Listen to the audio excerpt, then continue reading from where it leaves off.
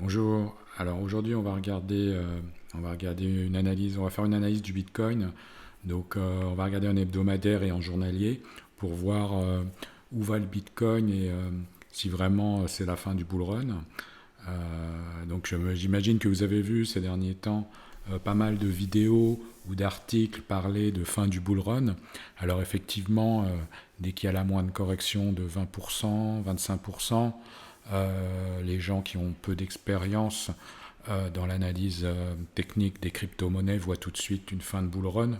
Je ne parle même pas des médias qui, eux, en général, dès qu'il y a une correction de 10%, parlent de crash et donc de la fin du Bitcoin. Donc on va essayer de faire les choses un peu plus sérieusement et regarder où on en est et qu'est-ce qu'on peut attendre dans les jours qui viennent au niveau du prix du Bitcoin. Donc aujourd'hui, donc là je vous ai mis le graphe en hebdomadaire, donc chaque bougie c'est une semaine. Donc qu'est-ce qu'on voit? On voit bien que la tendance est haussière, donc vous voyez je remonte à 2013. Donc là il y avait une grosse bulle très très verticale, puis ensuite en 2017 la bulle la plus connue pour la plupart des gens, donc un peu moins verticale, qui a pris plus de temps, vous voyez, à monter. Et puis une phase d'accumulation ici qui a pris de début 2018 à, on va dire, en gros, euh, septembre 2020. En réalité, le bull run, il a commencé ici, vous voyez, en mars 2020, juste après le crash du Covid. On va appeler ça crash du Covid. Et donc, où le prix est tombé à environ 4,3K, alors qu'il était tombé à 3,2K juste avant, suite à cette phase de capitulation. Donc voilà, ça c'est la big picture. Donc là maintenant, on est parti à la hausse. Vous voyez, donc comme je l'avais indiqué dans la vidéo précédente, que c'est pas une exponentielle, mais là pour l'instant, la montée ralentit, ce qui explique que le RSI baisse. Euh, et en fait, on voit que le marché est différent de 2017, puisque là, on avait un marché de retail, c'est-à-dire de particuliers, très émotif, puisqu'on voit des grosses corrections de 40%, 35-40%, alors que là, on est plus dans un marché d'investisseurs. Alors, qu'est-ce qui se passe? Donc, je vous ai mis la EMA 21, qui est la moyenne mobile exponentielle, parce que cette moyenne mobile, historiquement, a très bien supporté le prix, que ce soit à la hausse, vous voyez ici, avec les rebonds pile dessus, ou à la baisse, elle a fait office de résistance dans les phases baissières, idem ici. Et puis évidemment, dans les phases d'accumulation, la caractéristique, c'est que le prix oscille autour de cette moyenne mobile. C'est comme ça d'ailleurs que vous pouvez reconnaître que c'est une phase d'accumulation. Idem ici, vous voyez, le prix a oscillé autour de la moyenne mobile. Alors on va zoomer un peu pour voir ce qui se passe. Alors là, c'était assez marrant cette semaine, quand le Bitcoin a perdu 26% au plus bas. Tout le monde voyait le Bitcoin à 44K. Pourquoi 44K? Parce que c'est effectivement, vous voyez ici, le prix sur lequel est la moyenne mobile, justement. Donc tout le monde s'attendait à un rebond sur la moyenne mobile. Pour l'instant, ce n'est pas le cas.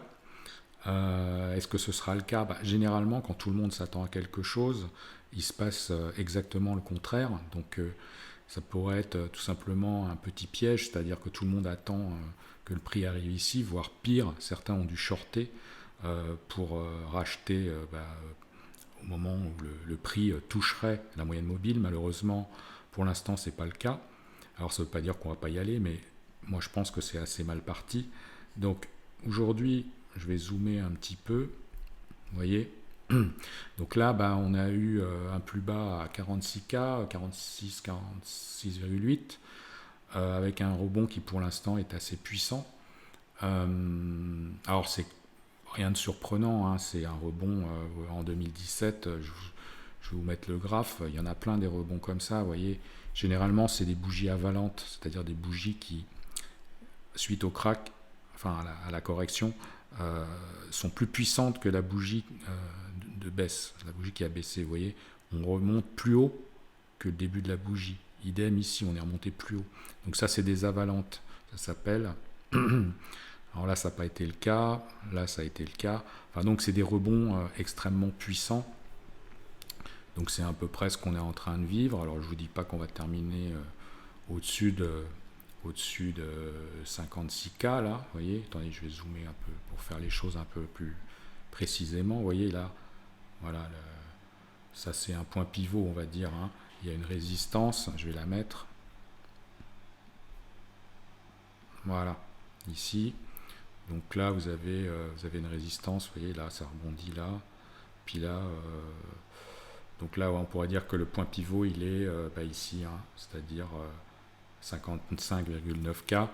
On va dire 56K si la clôture de cette bougie, donc dimanche soir ou lundi matin à 1h du matin, il me semble, ou 2h du matin, je ne sais plus, je ne sais jamais. Si la clôture de la bougie est supérieure à 56K, eh bien c'est probablement un retour vers la TH assez rapide.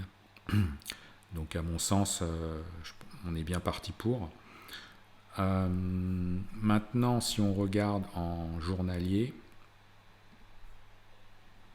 voilà, donc là, un grand classique. Vous voyez que le prix a pile buté sur la EMA 21. Alors en journalier, pareil, ça fait office de support résistance, enfin ça fait toujours résistance. Ça marche plus ou moins bien au niveau du support. Vous voyez, là, c'est passé à travers, c'est remonté. Bon, là, on l'a cassé, on est remonté, mais il ne faut pas oublier qu'on est en marché haussier. Donc, forcément, il y a beaucoup d'acheteurs. Dès qu'on casse la moyenne mobile, il y a des acheteurs pour acheter. Donc, vous voyez, là, c'était également le cas. Donc là, effectivement, ça fait résistance. Là, on peut s'attendre pendant les jours à venir à quelques bougies rouges, disons, à coller la moyenne mobile, hein, rester juste dans cette zone-là. Alors j'en sais rien, peut-être que demain matin il va y avoir un gros pump et que ça va exploser à la hausse. Mais bon, pour moi les probabilités sont assez simples, c'est-à-dire qu'on risque de rester en dessous, au pire je vais dire, au pire on va rester collé à cette moyenne mobile pendant 1 jour, 2 jours, 3 jours, j'en sais rien. Et puis il y aura tout d'un coup un pump et vraisemblablement, on reviendra sur, dans un premier temps, les 60K et ensuite la TH. Voilà. Donc moi, c'est le plan pour les jours à venir. Je ne serais pas surpris que demain matin ou dans 1 jour, cette moyenne mobile soit cassée. Il n'y a rien de particulier à dire, donc c'est toujours haussier. J'avais fixé les objectifs aux alentours de 150K. Rien n'a changé en fait. Hein. En fait, ça, c'est une phase de. Toute cette phase-là, c'est une phase de consolidation. C'est un peu. Ça se comporte un peu plus comme une action qu'une crypto-monnaie, puisqu'il y a des investisseurs, des gros investisseurs, donc forcément, il y a moins de panique. Maintenant, on va regarder un indicateur qui s'appelle le CryptoFear. Ah, voilà. Alors il a remonté, là vous remarquerez, il est déjà à 50, mais il y a 2 jours, non, hier il était à 24 il me semble, ou 25, je ne sais plus. Donc un CryptoFear à 24 dans un bull run, c'est quoi? C'est un signal d'achat tout simplement. C'est-à-dire que les gens sont tellement paniqués que le bull run soit terminé qu'il faut forcément acheter, parce que ces gens ont forcément tort quand ils sont majoritaires. C'est toujours comme ça que ça marche. Hein. Donc c'était un signal d'achat. Qu'est-ce qui s'est passé? Voilà, une grosse bougie verte. Qu'est-ce qu'il y a d'autre? Sinon, vous pouvez regarder Google Trend. Google Trend, l'intérêt diminue, donc c'est très bien. Je vais vous le mettre là rapidement. C'est toujours intéressant de voir une baisse d'intérêt. Parce que c'est quand il y a de l'euphorie qu'il faut vendre, et quand il y a une baisse d'intérêt, généralement il faut acheter. Vous voyez, je tape par exemple Bitcoin tout simplement. Je suis un particulier qui essaye de comprendre comment on fait pour acheter des Bitcoins. Donc je tape Bitcoin, ou je cherche à comprendre ce que c'est qu'un Bitcoin. Et voilà. Donc ça, c'est tous les gens donc, qui ont tapé Bitcoin.